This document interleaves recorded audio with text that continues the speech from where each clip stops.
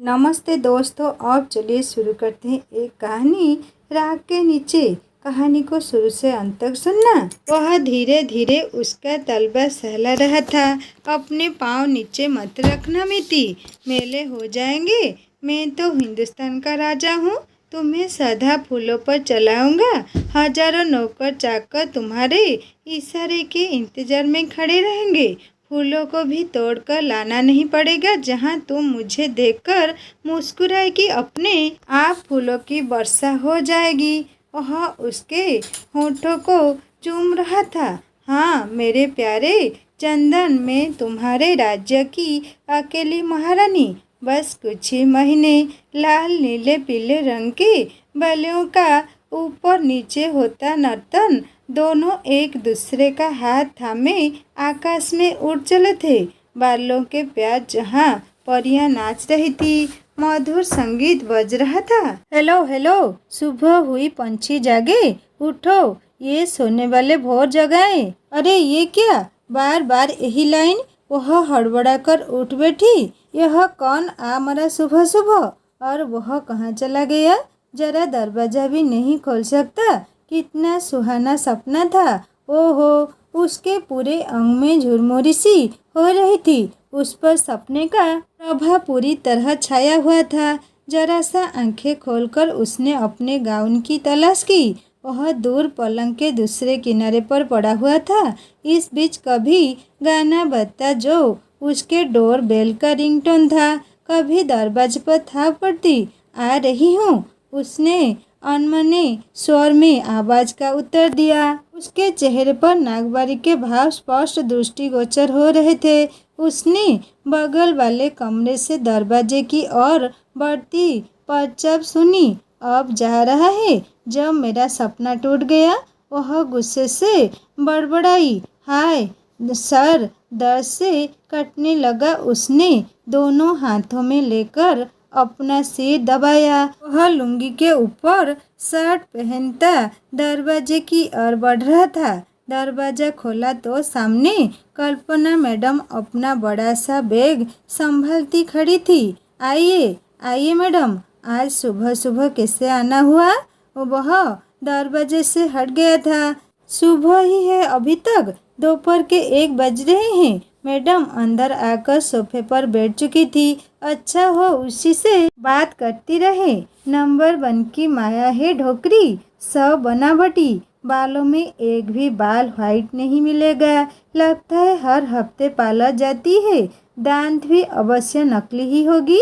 साड़ी की कलर देखो, एकदम कड़क, अच्छी छनने लगी है दोनों की। अच्छा है छने अपने को क्या, अपन तो बस दिन गिन रहे हैं। 18 साल इधर पूरे हुए, उधर उड़छूं। उसने एक बफिक्र की अंगड़ाई ली और मुंह धोने के लिए वॉशरूम चली गई। मिट्टी में नहीं देख रही है क्या? उन्होंने उसके कमरे की ओर अपनी निगाहें घुमाई। उसका अभी उठने का टाइम कहाँ हुआ है? पूरी रात मोबाइल से लगी रही है। जब नींद खुलती है तब सुबह होती है। आपकी आवाज़ सुनकर उठी है, ऐसा लगता है। उसकी आवाज़ में बड़ी तिरस्कार था, जैसे सुनकर मिट्टी का आधा खून जल जाता करता है। वह रात भर जागे या दिन भर सोए, किसी को क्या मतलब है? अपना दिन भर छछूंदर की तरह छू छू आया है तो कौन कहने जाता है? जैसे पाएगा बस उसकी ही शिकायत करेगा। गोबर जैसा मुंह बनाकर उसकी तो तकदीर ही फूटी थी, जो माँ चली गई उसे छोड़कर। इतनी स्वस्थ, इतनी सुंदर, देखकर कोई कह नहीं सकता था कि 50 के पेटे में है। वैसे ही सुव्यवस्थित रहन सहन, उनका सिंदूर टीका मलिन कभी नहीं दिखा था मोती ने। पता नहीं कब उठती थी कब सोती थी। उनके रहते इसकी भी पहचान कहाँ हो पाई थी। वैसे यह पहले भी उसे घूर घूर कर देखता था, कहता भी था, मेरे भांजे को पाल क्या थी, तुम्हारा हक बन गया अपने मायके बालों को रखने का।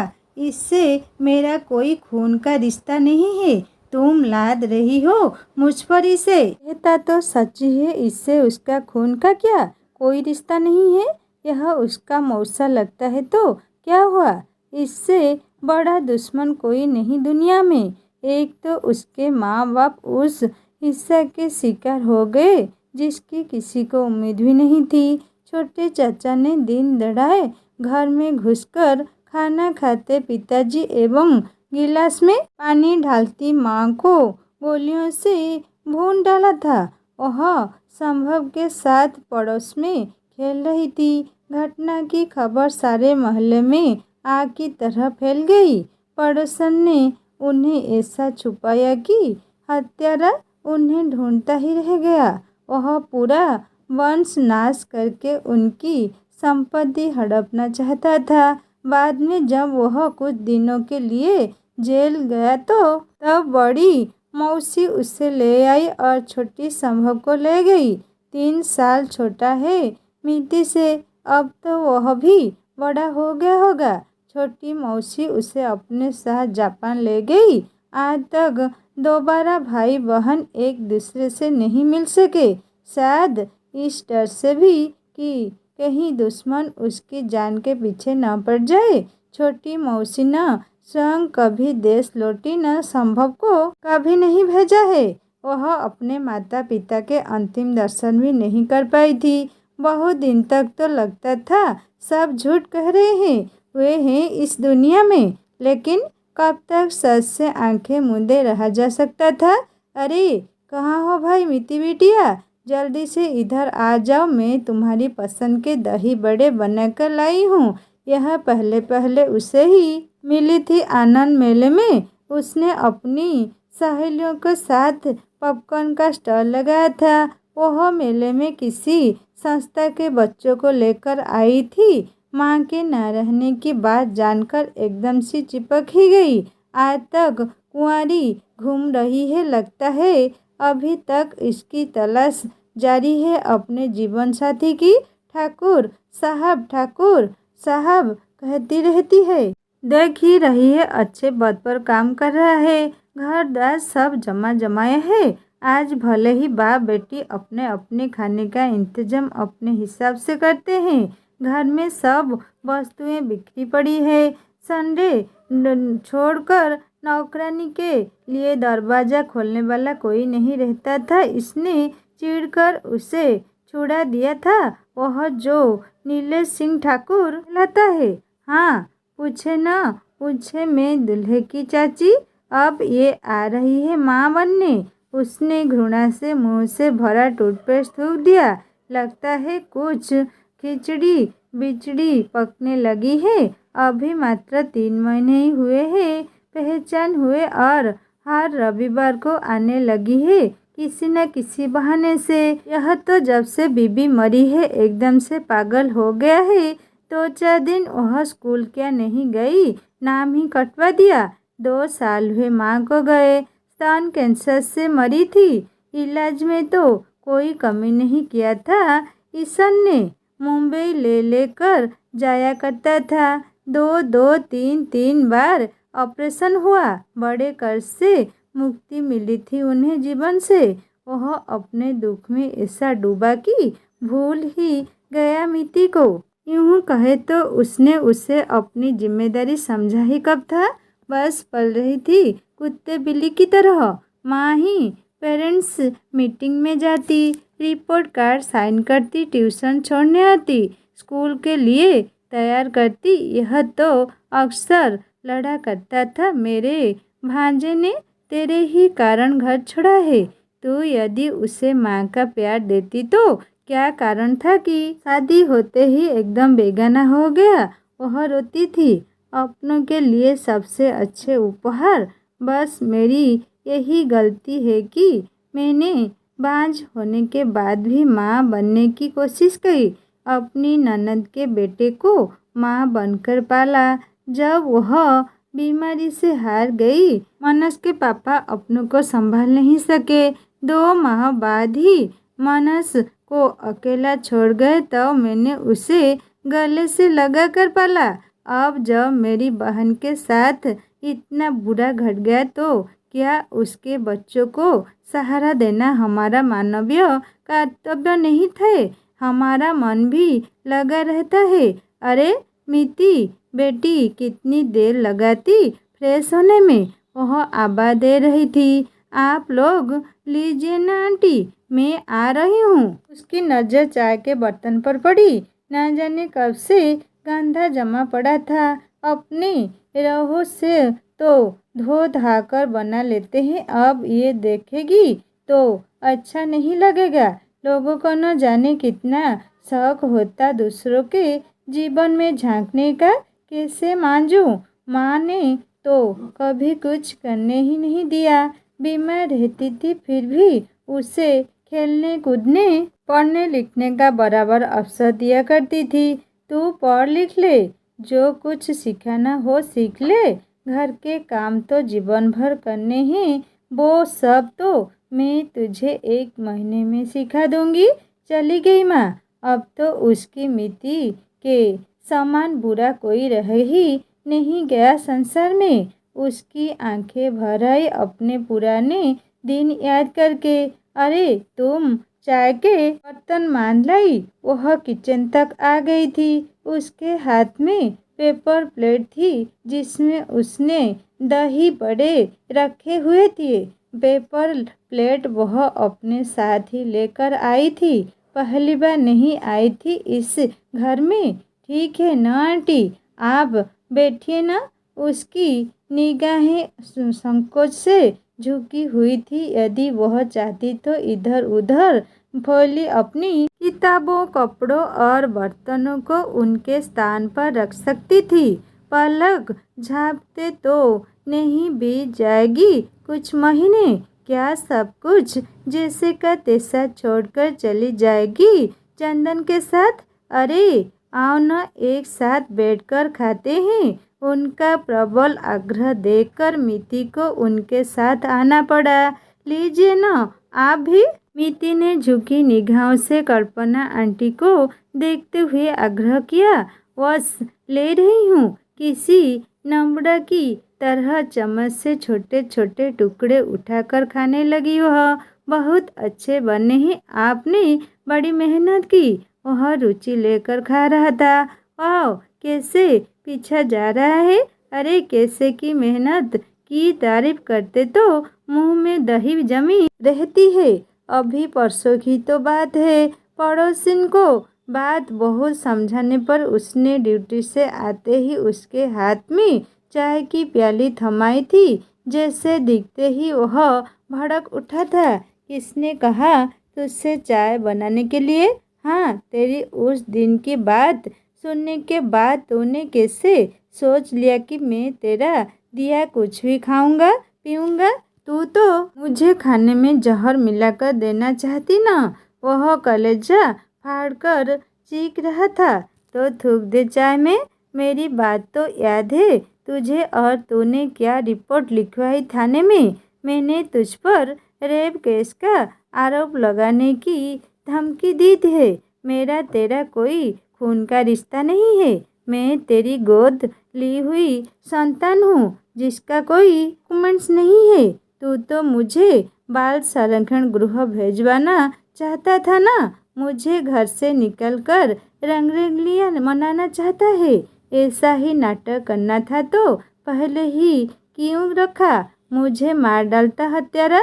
जी कर ही क्या कर रही हूँ। वह अपने कमरे में लेट बहुत ही देर तक रोती रही थी। बार बार थाने में पड़ी डांट उसके कानों में गूंजती रही थी। आपको शर्म आनी चाहिए अपनी ही बेटी के खिलाफ शिकायत दर्ज कराते हुए। इतने यदि झूठी रिपोर्ट कर दी तब भी आप लंबे से नब जाएंगे। यदि किसी भी प्रकार की प्रताड़ना की शिकायत मिली तो आप पर विभागीय व्यक्ति होने के नाते भी कोई रियायत नहीं की जा सकेगी। उसके चेहरे पर जैसे 12 बज रहे थे। उसके चढ़ियल स्वभाव से सब पूर्व परिचित थे। जहाँ भी रहा अपने निज बालों का जीना हराम किए रखा। पुलिस वाले 24 घंटे के नौकर है, लगातार काम करते रहो, दारू गांजे से कमाई मत करो। बताए कोई इससे कि पुलिस वालों के घर द्वार नहीं होते क्या? क्या समाज में सिर उठाकर जीने का इनका हक नहीं है? क्या पुलिस के छोटे से वेतन में बच्चों को रुचि शिक्षा दिलाई जा सकती है?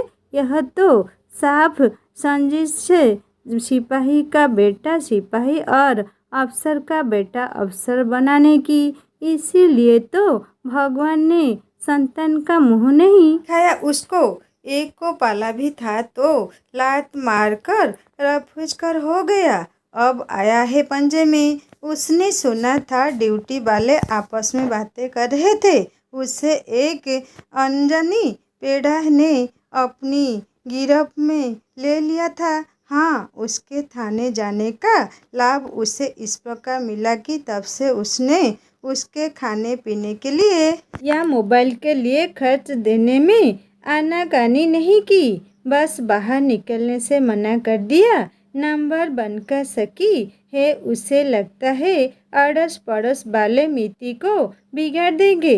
अब कुछ बोलता भी नहीं। मत बोले, यहाँ कैसे गरज पड़ी है ऐसे कुंडमंडल से बात करने की। रहा समय कटने का सवाल तो वह फेसबुक पर बड़े आराम से कट जाता है। कभी यूट्यूब खोलो तो जो चाहो वो देखो।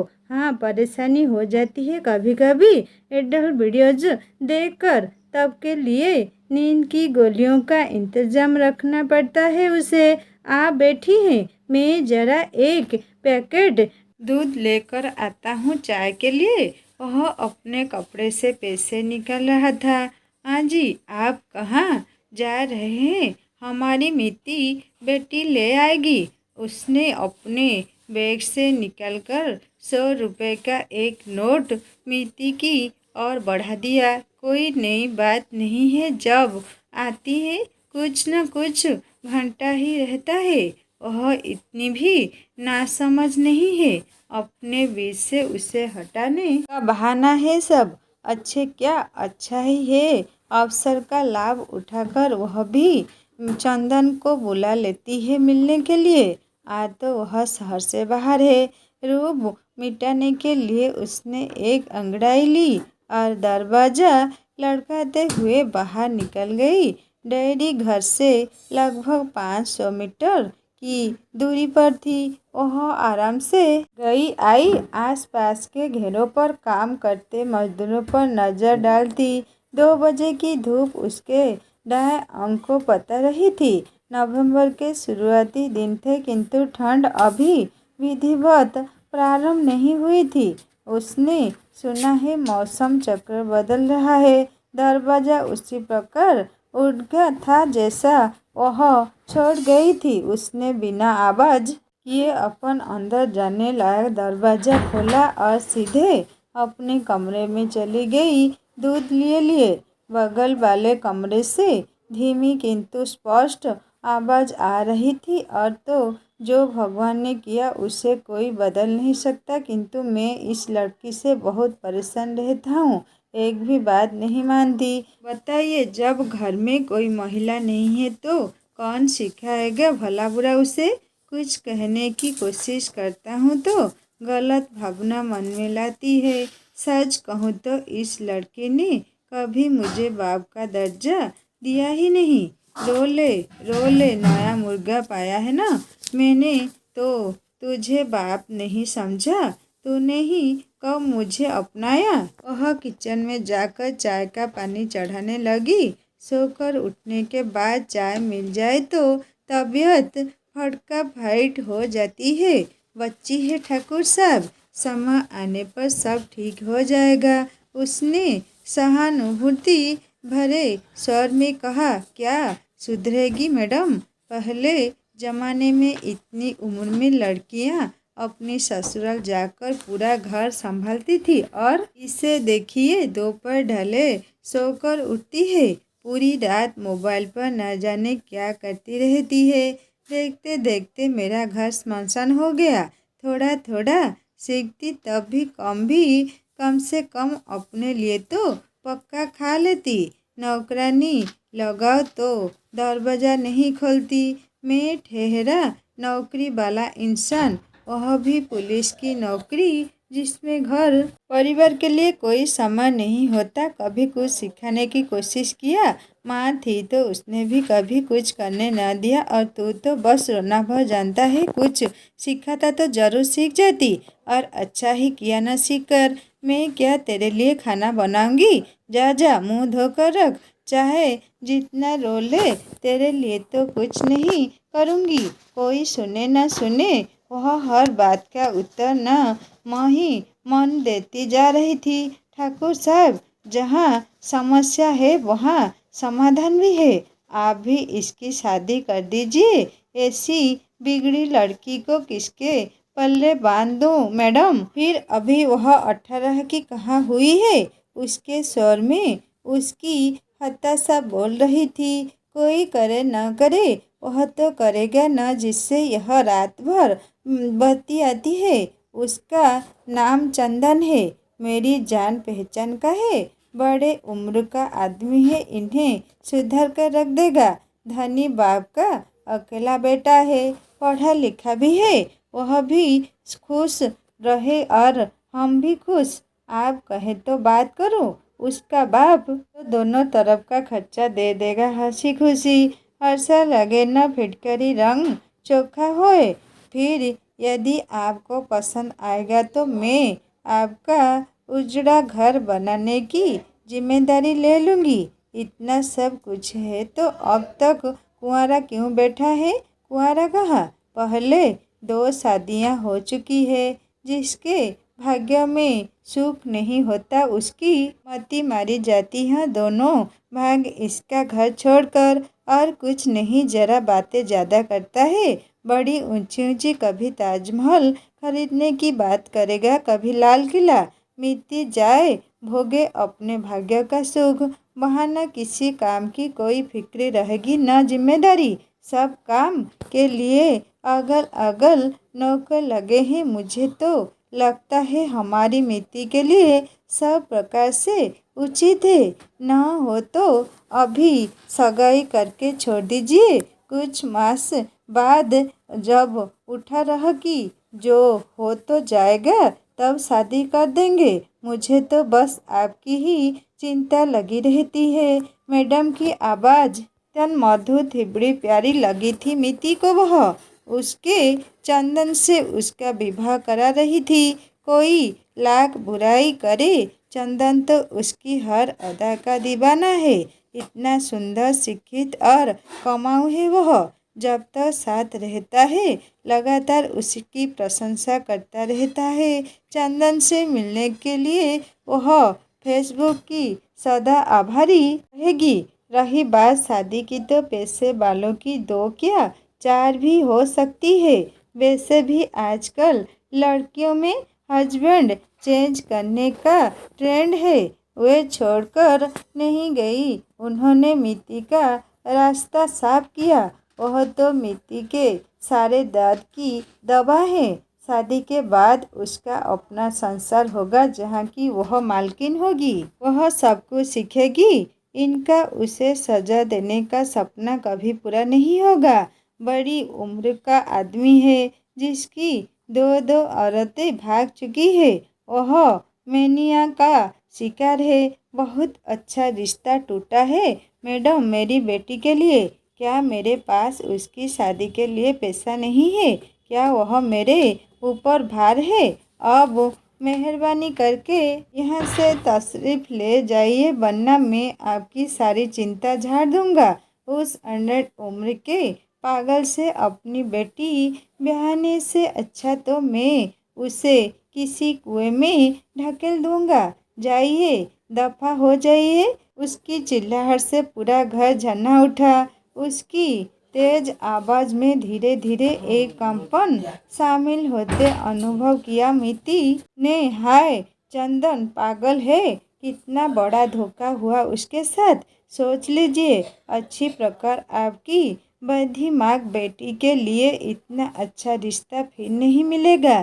फिर आपके साथ इस उम्र में कौन घर बसाने आएगा? वह इस अप्रत्याशित व्यवहार से सकते में आ गई थी। अरे भाड़ में जाए ये रिश्ता और चूल्हे में जाओ तुम, जल्दी भागती हो, आ उठाऊं पुलिसिया जूता। वह बल भर चीखा। दुम दबा कर भाग रही थी वह। पापा, उत्सुक स्वर निकला मिट्टी के मुंह से। दोस्तों, कहानी को यहीं पर ख़त्म करती हूँ। कहानी कैसा लगा मुझे ज़रूर कमेंट करके बताना, और अच्छा लगे तो लाइक करना, दोस्तों से शेयर करना और सब्सक्राइब करके बेल आइकन दबा देना।